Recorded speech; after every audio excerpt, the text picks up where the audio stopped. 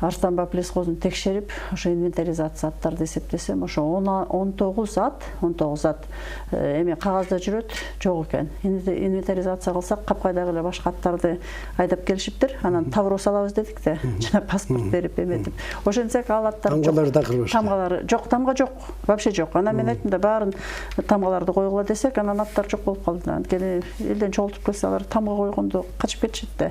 Ошентип ал РОВДга ишти өткөрүп бергенмен, бирок ушуга чейин эмнегедир жыйынтык жок да. Ошо жакында эле ошо эми лескоз ошо тарапка өтүп кетпедиби? Анан ошо айыл чарба министрлигине азыр кат жазайын деп атам. Эмне үчүн бул иш аягына чыкпай атат? Эмне үчүн ошо РОВД карабай атат? Анткени ошо мурдакы директорду жоопкерчиликке тартыш керек. Ал жерде жанагы мен дагы бир ушундай коррупционерди иштен кетирген, Багыта Фермек деген Жалал Абадтын башкармачылыгын ошо өзү ушундай билгендей кылып, эрежеси жок арганда иштей бериптир да.